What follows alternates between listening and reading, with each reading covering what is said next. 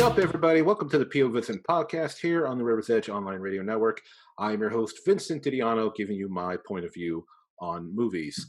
And with me, of course, is my friend and co-host of Film Fatale, Jay. Hello. Hey. All right. So, ladies and gentlemen, before we get on with the episode, there's something I have to go over. Just going to say it, this is going to be the last episode of the POVincent podcast. So if you've been following us, I'm sorry to disappoint you, but yes, this is going to be the last episode. I posted a video over on the POVincent Facebook page going into more detail as to why it's happening. Very, very short version is I just need to kind of move on and do something else or just, find something else to do. But it's just POVincent is no longer something that for several reasons that I want to keep doing. So I'm sorry to anybody who's disappointed about that, but that's just the way it is right now for me. I do want to move on to other things. Once again, if you want to head over to the Facebook page, I go over it in more detail. There's a video I posted over there at the time of this recording. But so this will be our last episode. So Jay, thank you so much for the past few months. It's been thank you for having me. Yeah, of course. Yeah, and it's been fun. Totally. And this won't be the last time you and I talk about movies. Oh, no, not at all. Yeah. So this will be the end of POVincent, but not the end of our discussion. So no, that's good. But anyway, ladies and gentlemen, we're ending POVincent with the end of the franchise that made Jennifer Lawrence a household name. Ladies and gentlemen, it's time to talk about The Hunger Games Mockingjay Part 2. All right, Jay, do you want to give the people the trivia download? Yeah, so this movie came out in 2015. Once again, Francis Lawrence is our director. Danny Strong and Peter Craig did the screenplay. Nina Jacobson and John Killick are once again producers, and we have our a lot of familiar faces: Jennifer Lawrence, Josh Hutcherson, Liam Hemsworth, Philip Seymour Hoffman, Elizabeth Banks, Sutherland, Harrison, Stanley Tucci all return, Jenna Malone, Sam Claflin, Julianne Moore's back. And what was interesting, and I mentioned it before we started recording, was this is actually the last Philip Seymour Hoffman performance. And, sadly, he did pass away in 2014, like a few months into shooting. So, yeah they were only able to really get a few scenes with him. I think they worked, they worked it into the film. Those scenes were worked in well. I think that it's all, that character probably would have had more of a presence had he not passed, but unfortunately that's not what happened. So. Yeah. I mean, that was a big thing because, Philip Seymour Hoffman, he was a really great actor. Yeah. Very talented and excuse me. Yeah. Very talented guy. I don't remember hearing ever really, or at least I don't remember hearing anything ever controversial about the guy. I don't think he ever ruffled feathers or anything. I mean, until he passed away. Like that was, and I think that's what made it even more controversial was that here's this fantastic actor that, hadn't really had any major controversies, and that's how he died. So it's just. Yeah. And you are correct. I do agree that I think they integrated what footage they had well. Yeah. And the few moments where it's like they didn't have footage for, there's, it seemed to be some kind of digital / CGI implant of him, which was done well. Like you could tell when it's him and when it's not. I mean, it's done very well for someone like, I'm sure you caught it too, Jay. I'm sure you caught it too in the moments. Yeah, I was gonna say, that this is very early on into that, using that sort of technology in a film, like the quote unquote deep fake technology with CGI. So yeah, I mean, in the mid 2000 knots, you can definitely tell more than now. Like there's a lot of things on TV, like commercials especially, I don't think people realize are entirely fake. Like all of Hulu's sports commercials that are out right now, none of them were actually filmed. Those are all deep fakes. Someone made those on the computer and like the person that they're portraying did a voiceover, and they just put it all together. And Oh it's shit! incredible because like some of them, a few of them, like the Sidney Crosby one looks really realistic, and then I a haven't few seen other any of ones these. are just like this is obviously fake. Yeah, So yeah, this is definitely an earlier usage of the technology. So you can tell when it's really Philip yeah, Seymour Hoffman and when it's yeah, not. yeah. If you're having trouble, because once again, it is very good for the time. I think it's aged actually Hmm. pretty well. Is if you see him, but he's not talking, Oh, that's it's it's fake. yeah, it's fake. Yep. Which that was the smart move because usually when you do CGI faces, where it goes wrong, where you get that uncanny valley effect, is in the mouth. So they were Yeah, smart enough to and yeah, it's also very hard to, especially at that point, to replicate voices. So that's another factor in that. yeah. Plus, it's also altered a scene at the very end of the movie, which we'll get to that as we go through because Hmm. it's at the end, and we should get through some stuff first. Uh, but anyway, so the plot for this one, part two, we left off last time. We're in the middle of the revolution against the Capitol. Plutarch, Philip Seymour Hoffman's character, and President Coin, played by Julianne Moore, have enlisted Katniss to be the Mockingjay to be the symbol of their revolution. Hmm. And along the way, more and more districts have come to their aid. And towards the end of the movie, they finally rescue Peta and the other victors that were being held hostage at the Capitol. For the Capitol, But it turned out that Pete has been brainwashed. brainwashed, Yep. all the victims were tortured in some degree. Uh, Johanna, was it Johanna? Yeah, Johanna. Yeah, Johanna. Johanna, she had her head shaved bald and she was tortured in some degree. Hmm. But Peter was brainwashed to use as like a sleeper agent to kill Katniss, and he almost Yeah, he is specifically used as a weapon against Katniss because they force him to have this ridiculous fight or flight response of fear when he sees her. And obviously, for Peta, having been put through what he's been put through, his fight or flight is a fight. So his instinct is to kill Katniss whenever he sees her, uh, which sucks. Poor Katniss just goes through so much fucking shit in this series. yes. Oh my god. Um, Like when like a lot of people not like to talk nowadays about like these strong female characters. Katniss is, I would say, a strong female character. She can get a little, I don't want to say boring, but I think just sometimes because she's passive that she's not always proactive. Throughout, she can't be proactive. yeah, He's a little not completely like when she decides that she's gonna fucking go kill President Snow and no one's gonna stop her. She's proactive, right. but She's proactive when she wants to be. She's not necessarily proactive when the situation always calls for her to be. yeah, And that's very distinctly like different. yeah, and it is to the character's detriment at times because especially at this Yeah, it point is. in the saga, you want to see her to be all kind of gung ho. That's something that had to be more developed in her character because Hmm. she's still like I get it. She's a stubborn teenager. She's resistant against adults or authority figures telling her what to do, especially after the games. But it's Yeah, just like especially after the game. Katniss, like, come on, you got. I mean, I understand you don't like the spotlight, but revolution's happening, and come on now. It's kind of too late now. Sorry, Yeah, you're just like you're the symbol. But yeah, so Peta has been brainwashed. They Katniss wakes up, and there is now a plot to go after the armory.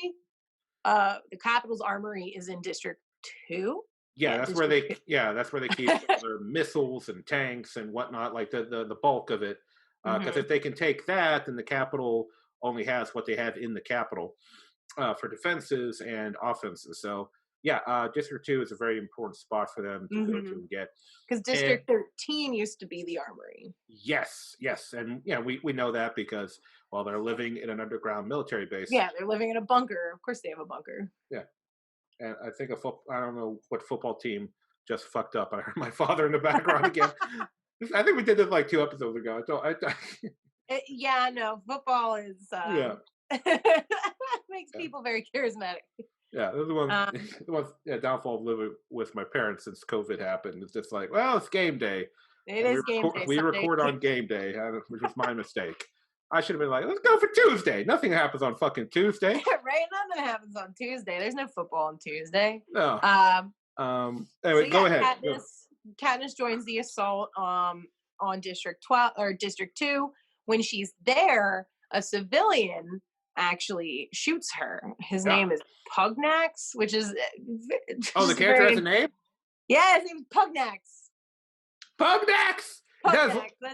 I feel like this is one of those things that like I remember his name from the book. I was like, oh yeah, it's that dude. Like he may not have had a name in the movie, but I can tell you in the book his name's Pugnax. I would remember Pugnax. Yeah. I fucking remember that name. I think when you go into the credits, that actor is credited as that character. But like they may have cut things. Who knows? Yeah. So a civilian shoots her. So not the character, not the civilian that had a gun to her neck. It was thinking about shooting her, but the guy who actually shot her. Yeah, the guy that actually shoots her. His name is Pugnax. I don't even think we see his face. We just see the flash of the muzzle. Yeah, no, they definitely cut that scene down. Yeah. But anyway, Katniss gets shot. However, luckily she's pretty much okay because the Mockingjay suit that she's wearing is bulletproof. Yeah. So we move on, and President Coin is still refusing. Like, Katniss wants to join this special squad called the Star Squad. They're being sent on like covert missions into the Capitol, and she wants to join. And President Coin doesn't want her to. So I think it's Joanna like causes a diversion so that Katniss can sneak off into a hovercraft that is like it's on its way to meet with the squad. So she goes behind President Coin's back and does go join the Star Squad, which is led by Boggs. Played by Mahershala Ali. Yeah. Mm-hmm. Really good performance. Again, this is probably one of his earliest performances that stick out for me. Like I said, I think last time, I can't remember vividly what he was in before this movie. Yeah. Oh, I forgot he was in this. As I said before, the first thing I personally remember seeing him in was the Luke Cage Netflix series. Yeah, exactly. I'd forgotten he was in this. Yeah. He does a really good job with Boggs as a character. He's obviously in charge of this squad. He plays that role very well. It's and what they're doing is they're evading these like booby traps that have been they're these pods. Yeah, and he's using like a holographic map. Huh?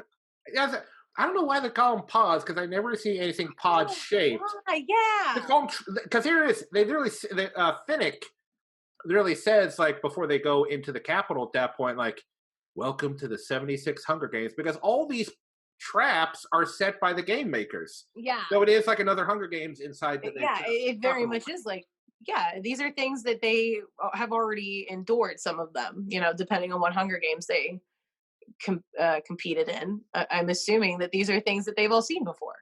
That would make sense because when I was watching the movie, I was just like, wow, they really easily converted parts of the city into Hunger Games sections. Because once again, this is like they're set in a dystopian future or alternate reality, so they have more advanced technology than we do. So I guess it would make sense they have more advanced construction technology, but they seem to have.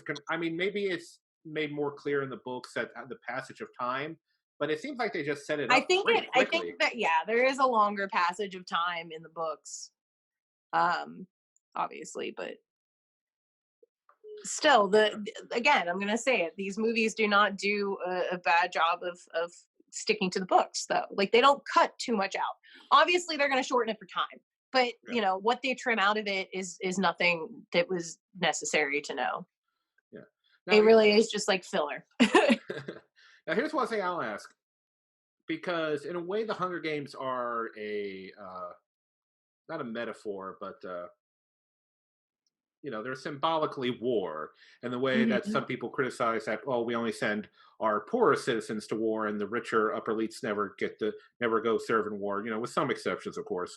So the Hunger Games are basically they're like mini wars, and they use like in the movie they use like, you owe the Capitol, and how some people say that nationality is used to like make people believe that some of these wars are necessary.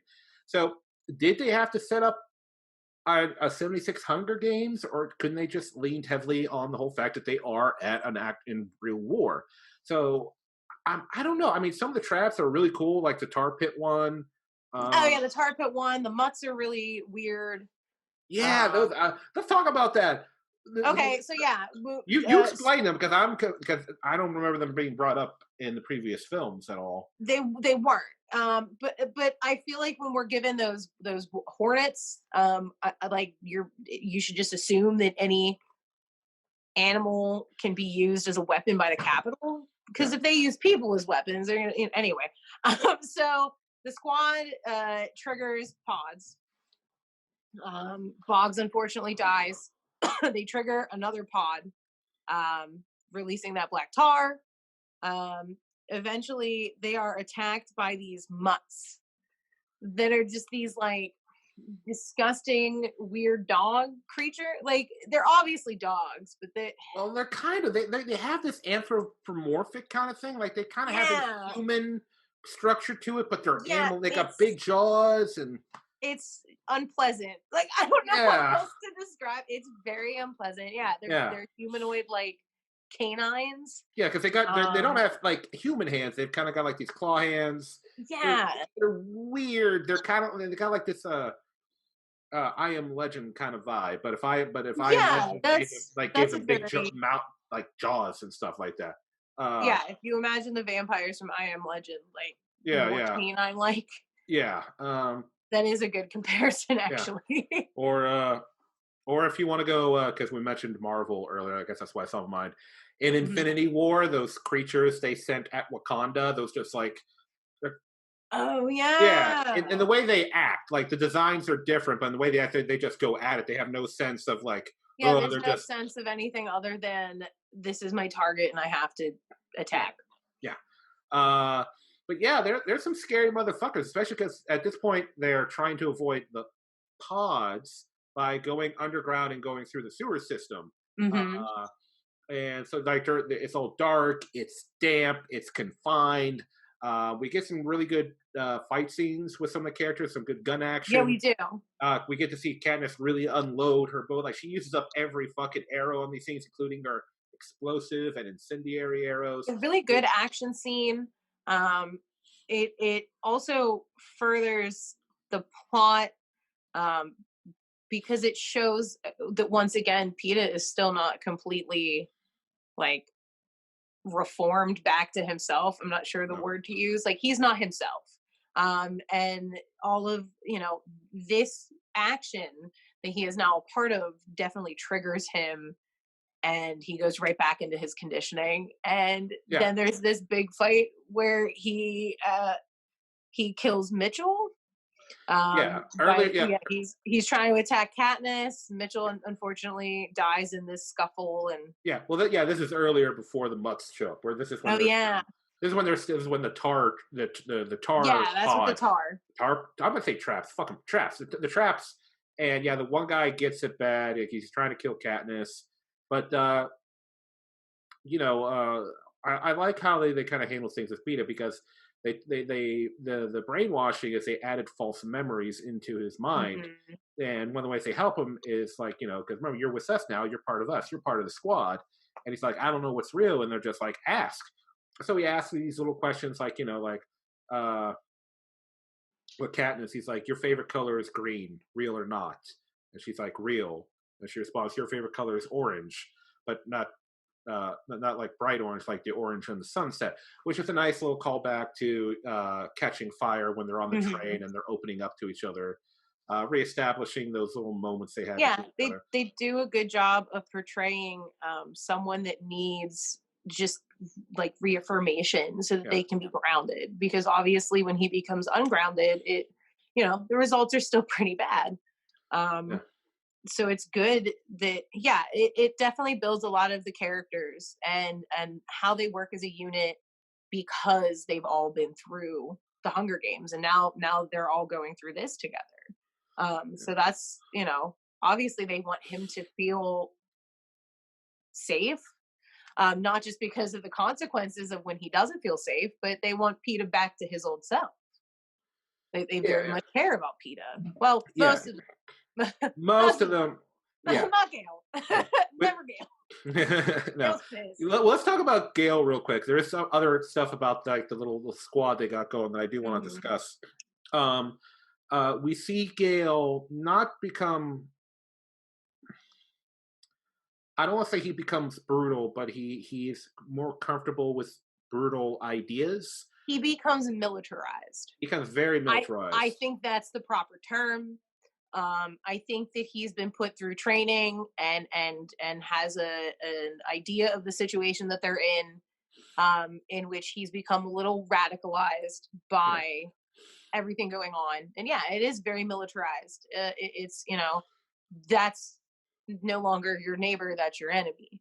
yeah, It's a very you versus us mentality, and Gale very much has yeah. that. Because going back to District Two, which as we said holds the capital's military might. Mhm. uh, he has this there's this underground military base, this bunker that where they have to get inside and get the weapons. That's what their goal is, but it's filled with capital military people, Mhm. uh, but it's also filled with civilians who lived Mhm. in District Two but are loyal to the capital because they're still kind of like brainwashed by the propaganda of the capital. Right. And Gail's just like, fuck it, if they're with the capital, kill them all. And Yeah, Katniss is they're like, no, they're civilians. We can't do that. They're civilians. yeah, and there's So definitely this struggle, and you definitely see this build throughout the movie. Um, how militarized Gale becomes, and how little humanity he sees in the people in the capital just because they're in the capital. yeah, You know, Snow ends up inviting all of these civilians into his mansion essentially to build like a human shield around himself, because he really thinks that you know the revolution like isn't going to attack if all of these citizens are there, yeah, and they don't want to. So Katniss and Gale make this plan to go and assassinate Snow, and really it's kind of a diversion. Um, very much so on Gale's part. And there's a massive explosion while they're trying to go and assassinate Snow. takes Uh, out a lot of civilians. Yeah, takes out a lot of civilians. The peacekeepers are trying to herd children to the gate. There and like hovercraft drops a bomb. well, it drops those things that we see in the Hunger Games, those little Oh character yeah, that would in the games would drop off useful items or medicine of that nature. So the civilians are raising, like, I love this like visually, all the capital citizens are raising their hands to the sky to try to capture these capsules because they think, because oh, they they have think that it's water. supplies to help. Yeah, Yeah, but then they get their hands and kaboom, they all go off, and just people get just blown to pieces, including everybody, including some children. It's fucking horrible. hmm Um, and unfortunately, yeah, Primrose dies in this attack. Katniss's sister. Um, and which is just I feel like one of the most devastating parts of this movie, yes, and the series, because here's this young woman who the only reason that she entered the Hunger Games in the first place was to try and rescue her sister from this fate, and even in volunteering, her sister still befalls that fate. She still loses her sister, and yeah, like the movie does a really good job with handling this scene and the devastation that Katniss feels when that happens. And she shows it again, in the end of at the end of the film when she is able to return to some things, and it obviously reminds her of her sister, and that's she's enraged. Um, yeah. Because in a moment like that, you would have to ask yourself, did everything I do at, was meaningless? Because this all started with just a desire to save one person. mhm, Even after that moment, continuing to keep them safe and sound, especially going into the Mockingjay books, because like Primrose has to keep him on base, and she even like lets convince him to let Primrose keep the cat. Now she does so much because of her sister, and like we mentioned in the first movie, Rue became like a surrogate sister to her in the mhm. games. Rue very Oh, much reminded her of Prim. yeah, and in that moment, just like like afterwards, you can tell like Katniss just feels so empty and hollowed out because the reason all this started was taken it like in the end she tragically could not save her sister even after everything she went through. Uh, yeah, when I remember when I first I remember in a previous episode I mentioned how there wasn't really much I remembered about the Mockingjay part 1 and 2, but this is definitely a Mhm. moment I remember. Yeah, Do not Prim's forget that. death is definitely a very Yeah. memorable moment in this film. Um, so Katniss is knocked unconscious in the attack, and when she wakes up, she Oh, finds out that not to interrupt uh, you, but when she goes unconscious, what happens to her clothing? it changes. Her coach. Well, after the second explosion goes off, her clothing catches fire. She Oh yeah, literally becomes the girl on fire.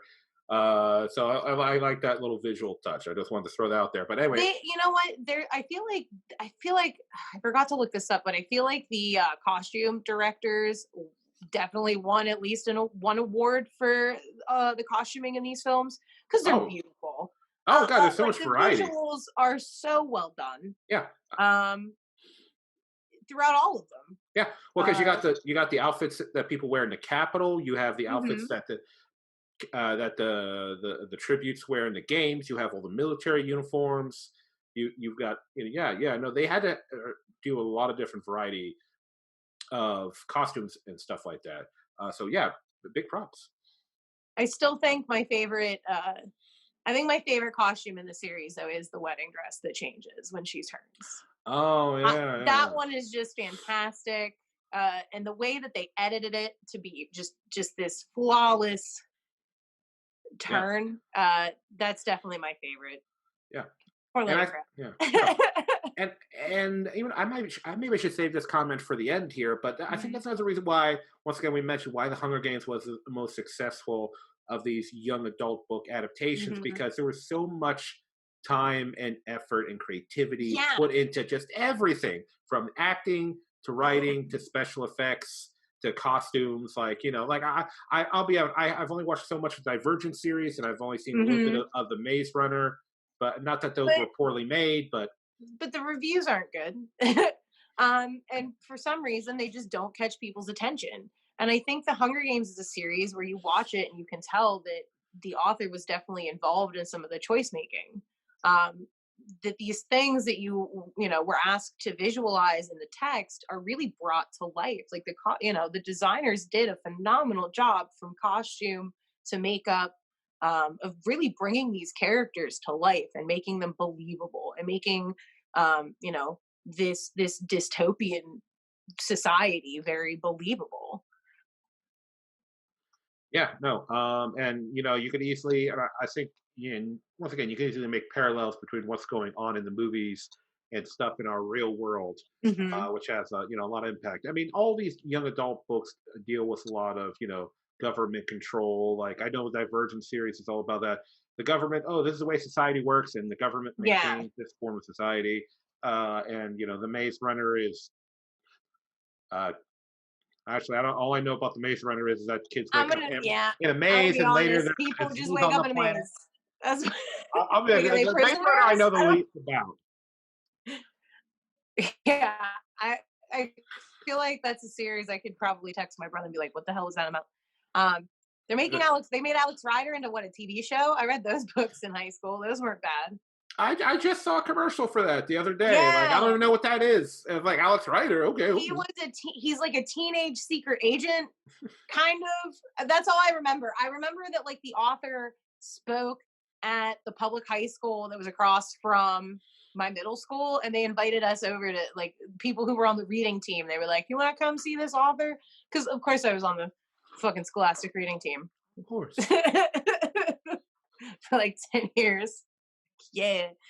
Oh, good times. That's actually why I read the Hunger Games. All of these Oh, books were on the list, oh, like from freshman to senior. So I read them all throughout high school because they were on the list. I think Twilight actually made the list my senior year. I was annoyed, but whatever. I read it for a good cause. Which the only thing I will give Twilight credit is, and this is just the movies because I didn't read the books. I haven't seen the movies, so I've seen The first one, I've seen the second one at some point, and I've seen bits of like the last one, the two-parter. The only thing I really enjoy about those movies is when they do have like battle scenes. I like the battle scenes, but that's about it. That's all I can give I feel credit like to. those movies have been slowly growing like a cult following for some reason. I think Really? it's bad. Yeah, like between like the memes and it, that movie's gonna people are gonna remember that movie differently in about 10 years. No one's gonna say it's a good movie. No one's gonna Good. say that they did a good Good. job, but people are gonna find a way to enjoy it.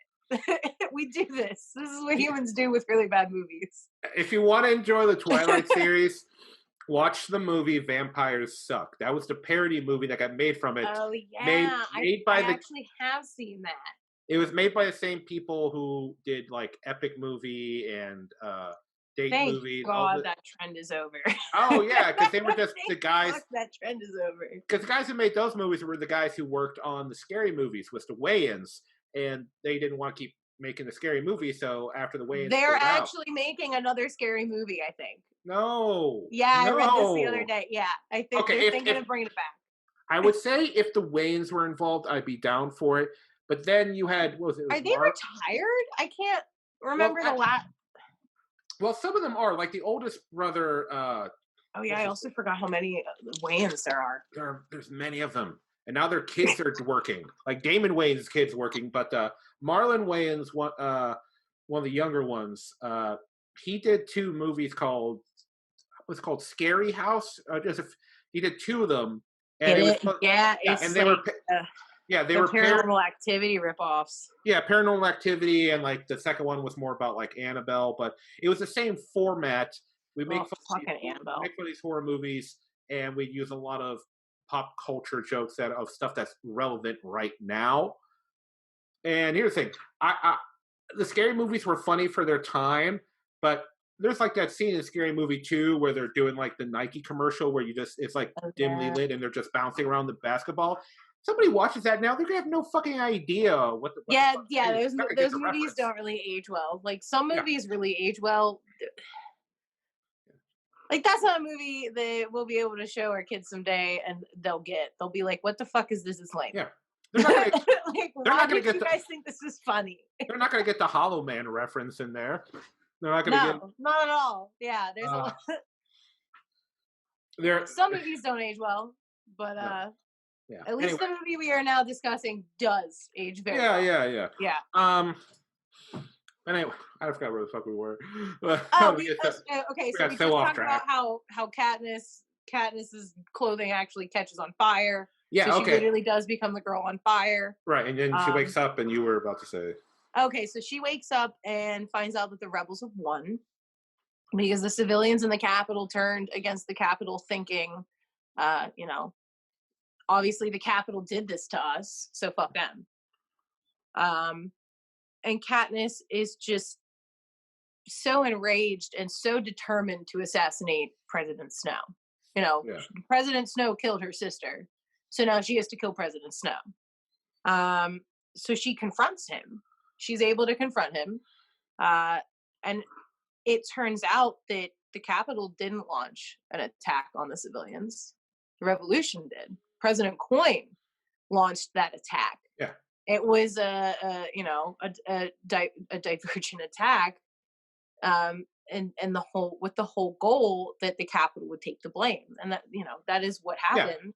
Yeah, because the Capitol citizens and the guards, aka the peacekeepers, they turn against Snow. He's like done. Mm-hmm. Yeah. Yeah. Oh yes. No matter what, Snow's done because the people have decided unanimously that Snow is done. But now Katniss has to deal with what is actually the truth, that President Coin and Gale, who had a huge part in approving this attack, are really the people that killed her sister. And I think this is really a turning point. You have seen Gale and Katniss grow apart throughout the series. Yeah, this is really, she's done. Yeah, this is it. Because that's the thing. The attack they used was the twofold attack of the initial bomb, and then when they think things have calmed down, they send in more bombs. that was a battle plan that Gale developed based on Mhm. a hunting strategy he used to use.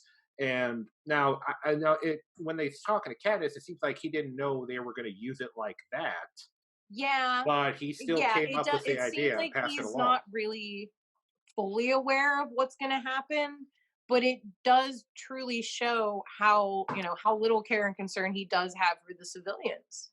Yeah, You know, we're going to use these people and murder them and turn them into martyrs. yeah, And unfortunately, he's lost a bit of himself, and Katniss sees, that's really revealed to Katniss. yeah, yeah. Because if Primrose hadn't died in that explosion, he would have been like, it was worth it. Right. Yeah, No, exactly. If Primrose hadn't died, if that hadn't been, one of the casualties, Gale would have been super happy with the outcome. He would have had absolutely no problem. yeah. So Um, yeah, so now so Katniss, President Snow tells her, well, as you mentioned, that wasn't his, that was President Coin, and at first she doesn't believe him, but he's like, oh, yeah, oh, Miss Everdeen, I thought we agreed to never lie to each other. And when he says that, he's telling the truth. Like, yeah. he's a monster, but he made an Yeah, he is a agreement and he monster, stuck but to it. he's never lied to her, which Yeah, is like, it is very bizarre, but it for yeah, some reason he's a more trustworthy character. He reveals himself. yeah, Like he's never been a character that wasn't going to tell the truth about his intentions. And he has the entire series, so yeah, why would he lie to her at this point? yeah. So President Coin has a meeting with all the other victors. So you got Katniss, you got the remaining victors. You got Hamish, you got Johanna, you've got what the guy in the wheelchair? What's his name? Damn it! Oh, Oh fuck! I am a I douche. can't remember. Oh, Jeffrey. I knew his I knew the actor's Jeffrey Wright. Uh, Okay. BT. His name's Oh BT. yeah. BT, and then there's one. There's BT, and then there's Annie Finnick's Finnick's wife. wife, and then there's one other Victor who I don't recognize. Like I feel like she came out of Just nowhere. an add-on. Yeah, just a dark. I mean, sometimes they do that. I guess she was one of the Victor for one of like the capitals that wasn't chosen for the 75th, the Quarter Quail Hunger Games. I don't know. She just comes out of nowhere. Uh, but anyway, so they sit down and President Coin explains that they're going to have an execution for Snow and that she is self-appointed herself the Yeah, she has interim decided she is now the president. the interim president of Panham and Hamish, rightfully so goes. And how long is that going to last? And Exactly. Like, okay, wait a minute. This, we didn't have a vote on this. You yeah, just decided it. yeah. And then she also says that they're going to have another Hunger Games, A symbolic Hunger a Games. symbolic Hunger Games, where they take the children of the capital leaders, and that's who they're going to make as sacrifices. Yeah. Uh, and they do put this to a vote. Yeah. Because so Peter's against it. Annie's against it. The woman Victor from out of nowhere is for it. Yeah. A few of the victors are actually for it. Yeah. Johanna is of course for it. She's like, vengeance, why not? BT which Joanna has always been that way. Yeah. BT is against it, right? Mm-hmm. So you have 2 for it, 3 against it, and you need 4 to make it work. So we got Katniss and Hamish. And Mm-hmm. Katniss says, I want to be the one to kill Snow. Yeah. And I agree. With this stipulation. Like I agree with this as long as I'm the one that actually gets to execute President Snow. Yeah. And Hamish, out of, I don't know, a sense of loyalty, or I guess I feel like it is out of loyalty. Yeah, votes in the positive to have the symbolic Hunger Games. Mm-hmm. And so we fast forward ahead. It's the day of Snoke's Snoke. I just said Snoke. It's the day of Snoke's. Where did he come from? Did he exist? I don't know. I didn't realize Games? the Hunger Games and Star Wars were in the same universe, but I guess they are now. All right. I got Star Wars on the mind after that last episode of The Mandalorian. Oh, I know. We just watched it too. It was good, right? It was good. Oh I god, can't fucking. believe people on the internet are mad at Baby Yoda. Like, get the fuck over yourself. Oh, because he ate too many of those eggs in the previous. Yeah, and then like there's another article after this most recent episode where they're like, "Oh my god, Baby Yoda's such a brat. Like, he's a fucking baby." Like, Yeah, he's a baby and he's being raised by an outlaw. Okay, he's yeah, not. like what do you people want? It's a Yeah, fictional baby. Anyway. yeah, yeah. And I'll say real quick about that the episode where he eats the eggs. Mm-hmm. If you know what we're talking about, you know. If you don't, well, the point is, I don't mind the dark humor of that. I just think they did it too many times. Like if he did it that one time at Yeah. the beginning and that one time at the end, I don't think it'd be as big as an uproar. But because he did it like what 3, maybe 4 times, I think he ate 4 eggs. yeah, it If was I just too remember much. Too much. correctly. It was too much. But Like one anyway, or two. one Would or have two been fine. are fine. But no, because I don't mind the dark humor. Fuck it. Because anyway, leave Mandalorian alone. It's holding the entire fucking Star Leave Wars universe Baby on its. Yoda alone. Ah, Where's Chris Crocker now? Someone ask him to make a video. He would. he's probably. You know what? If I bet you when people do that, he just gets real pissy with them because you know people were asked to do that all the time. But shut the. I feel fuck like he up. doesn't. So Chris Crocker Leave actually me alone. Like, yeah. Chris Crocker actually has like a huge internet following still. And Really? he makes and he's a porn star. Yeah, I followed Chris Crocker on Facebook for like 5 years. He's hilarious. He makes all kinds of hilarious videos. He doesn't care. Like he knows that video launched him into infamy or fame now. Yeah, fuck it. If He's still really funny. oh, good. I And, mean, if he's owned it still and he's very made down to something out earth. of it, Yeah, he's still super funny and super southern. cool. Okay.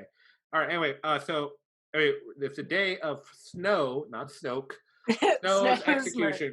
Everybody who's in the Capitol left, whether it's other district civilians, military people, the remaining Capitol civilians, everyone's gathered in like that. Yeah, main, everyone's there to watch.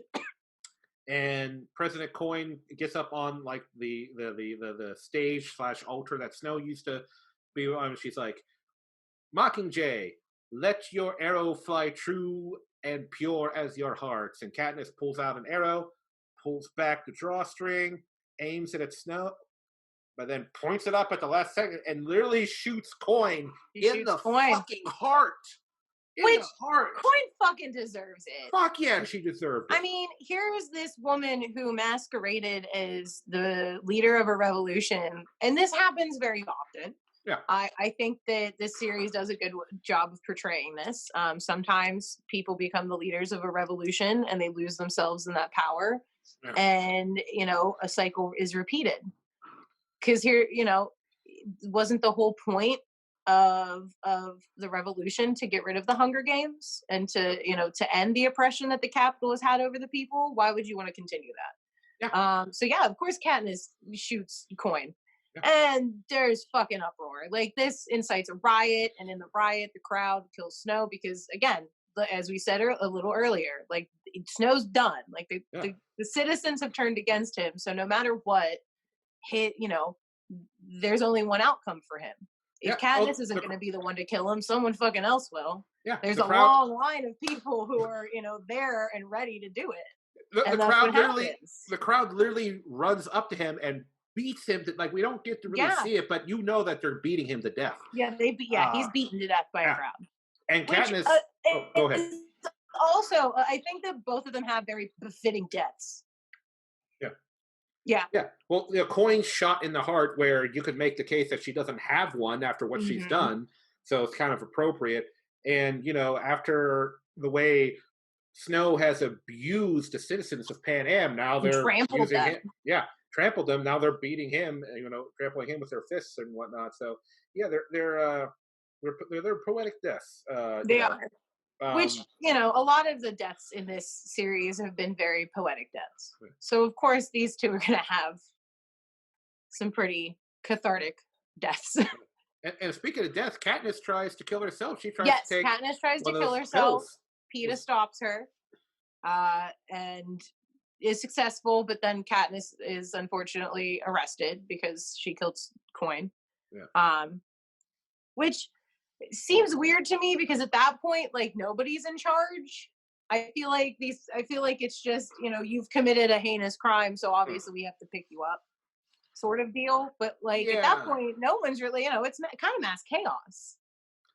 Yeah, I would assume the military took over for a while, Hmm. especially since towards the end of the film we see the district leaders elect a new president, and Yes. it's one of the district leaders that was involved in the military attacks. Hmm. Um, so we do get an elected official, um, but yeah, no, yeah, they indicate because later Katniss eventually does return to District 12 Hmm. along with Peta and Hamish do, and they kind of like settle into like their quiet lives, and the movie indicates it takes a while before they get settled again, and Yeah, it does. uh, but the one scene I wanted to make sure we mentioned was there's a scene where it's right after Katniss has been taken into custody, and Hmm. she's in this room for hours before Hamish eventually shows up, and he reads her a letter from Plutarch.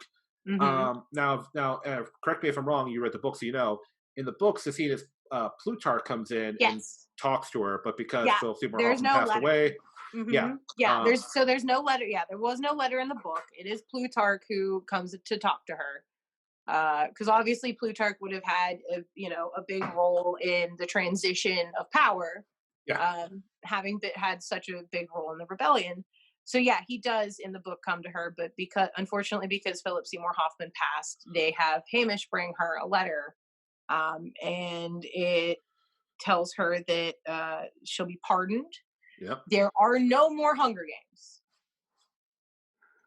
So they did it. There are no more Hunger yeah, Games, and she's allowed to return to District 12, which um, is just kind of very slowly being rebuilt. Because remember, the District 12 was completely destroyed. So obviously, yes, these people and a lot of the districts now have to rebuild. There's yeah, obviously a huge, widespread destruction due to the yeah. resolution. Uh, yeah, so yeah, and I mean, our main characters, the remains of them, they're rebuilding. They go back to, like I said, they go back to District 12. Katniss now has a big house that's empty.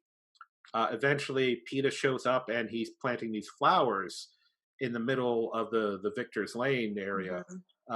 and he says like, "Oh, they're primrose Hmm. Yeah, flowers." he's planting Great, primrose for yeah. Prim. So they hug.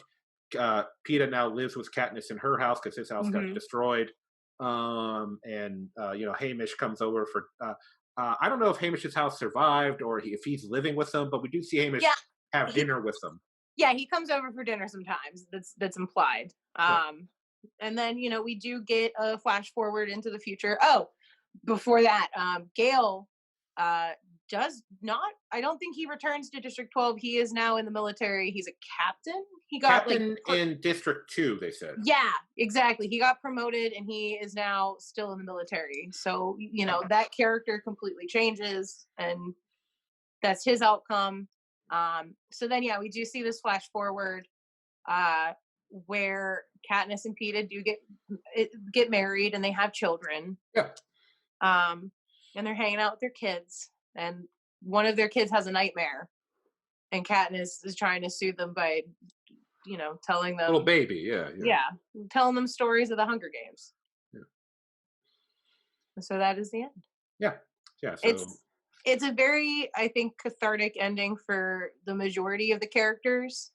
Yeah, I would say the majority. I don't think Gail gets a happy ending. I I don't know if I would necessarily call it a happy ending. Um, Peeta uh and Katniss get a happy ending.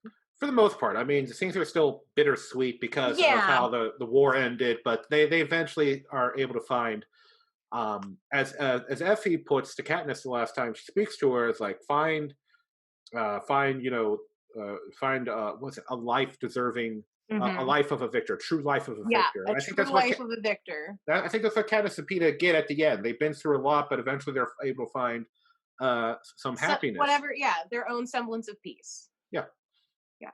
yeah. Um, Um, ooh. So yeah, I think the last piece of things I want to talk about is during the movie in the squad, the Star Squad, whatever it is. yeah. That we've seen members of the squad eventually get killed due to the traps, the pods, and some of them like I didn't really care about them when they died. It was just because we didn't get time to get to know some of these Yeah, characters. their bodies. Yeah, they're probably Some of yeah. them were just bodies. Yeah, someone just buys shit like so because they're really cool traps, and now they kill them all Hmm. shit. That was a tiny bit of an issue because like Katniss and the other characters are like, "Oh my god, they died," but I'm an audience member. I'm like, Yeah, yeah. You're like, who died? I, I'm guessing they're more developed in the books or something like that. But in the movie, Yeah, I believe that there was a little more development for each of the squad in the yeah, books. I think that the movie stuck with this, showing the major squad members that we've already been shown: Boggs, yeah, Finnick, who are the most prominent deaths, I think, yeah. for the audience when that Oh yeah, happens. when Yeah, Finnick died, I cared because we've had yeah, Finnick since the second movie, yeah. and Like he just Finnick got just got married. married. Finnick's gonna have a baby, and he's dead. Yeah, Like, great. yeah, and he went out fighting, and he went out saving Katniss and Peeta. So a good, like a painful death, but a fucking hero's death. So salute to Right, Finnick. absolutely a hero's death. But then, like Mitchell's death, who who the fuck is Mitchell? I don't know. Who He the was fuck's there. Mitchell? He Sorry, grabbed Mitchell. Peeta, and Peeta was like, "Fuck you, bitch," and pushed him into Fuck the. you. But like, who the fuck is that guy? Where do you Yeah, go? or the two blonde twin sisters. I didn't really care Hmm. when they died. Even the one guy who was part of Katniss's camera crew, Oh yeah. the one brother, he kind of went He's out, like, and I didn't really like, care. Like, whatever. yeah, I mean, he's been around. But I don't know. Uh, anyway, but yeah, yeah. So, Hunger Games, the Mockingjay. Any last little bits you want to talk about? No, I think we covered everything major. We can just break stuff down at this point. Yeah. Break the series down now that we're finished with it. I'm about to say, you want to talk about which ones you enjoyed the most down the movies? Yeah, I honestly do enjoy the third and fourth movie the most. Oh, okay. Um, I think that a lot of like what drives the plot in these two films and in that book, I found more interesting. Because now a lot gets exposed in these films between the Capitol and the rebellion. So much is exposed um, to these kids. Like they're still kids. They're very young adults. Yeah. Uh, and I think that there's a lot more character development in these because now they're a little more mature. Yeah. Now they're not such young teenagers. They had to grow up quick. Yeah, exactly. They were forced to. But what about you? What was your favorite film of the series? Um, hmm. For me, it'd be the first one or Catching Fire. Uh, Yeah. I don't know. As I discussed before in the last film, I think the problem with 3 and 4, aka Mockingjay Part 1 and 2, is at least for part one has that Part 1 syndrome where it ends, but it's like it's just all set up for the second film. Yeah. And the second film was all payoff, but then there's like a setup section, so it's kind of weird for me. Yeah, it is. Um, You really have to remember part one yeah, going into part yeah. two. But it does once again still have like great performances all around, and it keeps Hmm. the themes and narratives and messages going. So they're not bad films by any stretch. No. But oh fuck, if I had to, I guess I would go with Catching Fire because I like how it explores the aftermath of their trials in the Hunger Games and Yeah. exploring what that does to a person. And even though and the sparks of the revolution start in Catching Fire, which the victors being, even though the lines are drawn with the victors in part 2, I do like how like there is some unity amongst them, saying like we did our Hunger Games, and now you're asking. Yeah. It's like a soldier who goes off to war, and they come back, and they're told like your tour of duty is over. You can go home. You can just be there, and then they do. There's a term for it, and then they're like, "Oh, we got to bring it back." Like Oh a yeah, soldier I thinks can't they're remember what that is yeah. called. It's like something stopped. I can't remember what it is. They've actually made a movie with that term in it, but and they're pulled back into a war. I thought I was done serving. I thought I served my time, and now they get pulled back. And dealing with PTSD and the development of Katniss and Peeta's relationship and getting to understand the Capitol a bit more, Yeah. and the raising of the stakes that they're now fighting veteran victors and stuff like that. And yeah, and also like there's other things like they have to team up with the other victors. Hmm. Like I said, the lines are drawn, and they have to. There's that paranoia, like can I trust you? Can I trust Yeah, there's a you? lot of development Yeah. in the second film. So I would say Catching Fire is Yeah. my favorite, with the first one coming in second, and parts 1 and 2 of Mockingjay coming in last. Okay. But yeah, but it's still a solid series. I give it full credit. Oh, Yeah. oh yeah. This series is very solid, and as we've discussed throughout these episodes, it's still to this day like the most popular YA movie series. Yeah, Um, YA dystopian. yeah, You dystopian. you corrected me on that in the first episode. You correct. I was like, I guess Harry Potter is still the most popular YA Yeah, series, which should change. I'm really hoping that we push Animorphs. We're pushing Animorphs to the top, man. Bring back Animorphs. we got the Nickelodeon series, so that's Oh, that was so good. People who are younger than us they never got the Animorphs series, and their lives are really sad because uh, of it. That kid that gets stuck as a fucking falcon.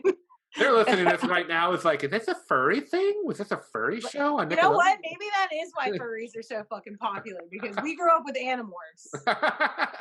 they were That's act- what did it. We all just wanted to secretly be an animal, they were and actors. now people have personas. They It were was all after Animorphs. they were after school Scholastic Book Day, and they went to the Animorphs every time. Like, if only, like they just, if only. Animorphs. I is want to be your an culture, though. anaconda. We got it. It's ours. Yeah. Oh my The god. author's actually really cool, so I'm just pimping Animorphs because Oh. fucking Hero. Oh man. Why Yeah, not yeah. Animorphs? We've had how many different Ninja Turtle series, so why not Right? Animorphs? 5 years from now, there will be an Animorphs movie, and I'll be Yeah. fucking pumped. Hollywood will be like, what can we reuse? Animorphs. Like, I let's mean, just take a poll. What do It'll you be- guys want to see? It'll be a Animorphs. yeah.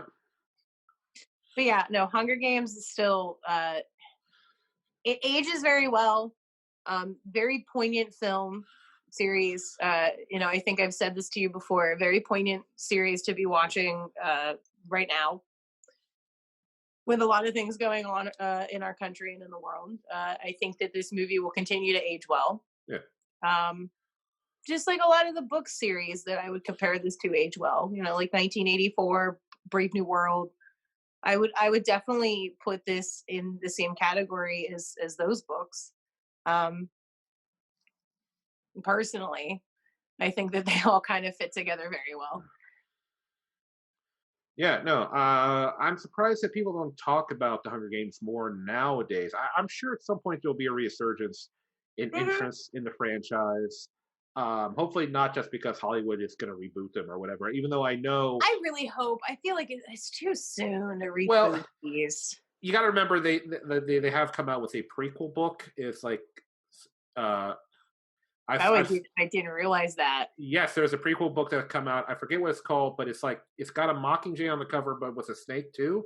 So okay. I'll have to read that. Yeah, I think it's about how the Hunger Games got started initially. So it might that have been makes sense. Yeah, so I'm sure Hollywood will jump on it at some point, and Very Purge-esque. they'll have Jennifer Lawrence cameo in it. Like she'll begin the movie and she's reading up on, she's like educating her kids on how the Hunger Games she's got like started. telling her kids what the Hunger Games were all about. There'll be like a water drop transition effect or something like shit like that. It'll be like 100 years ago. Jesus. 100 years ago. Which I don't know why you want to tell a prequel series, because the Capitol wins. That's how the Hunger Games get started. There's a revolution between there's a revolution and the Capitol wins. The Capitol wins and the Hunger Games start. So yeah, I don't understand. That's like I could be wrong. It could be I was really into the Purge series, and I don't understand why. Like one of the Purge, when the second or third Purge movie happened with the lady, the assassination attempt on that woman who was trying to end the Purge, and then the Purge ends. Instead of continuing that storyline, they went back and they like the next movie was what started the Purge and how the Purge started.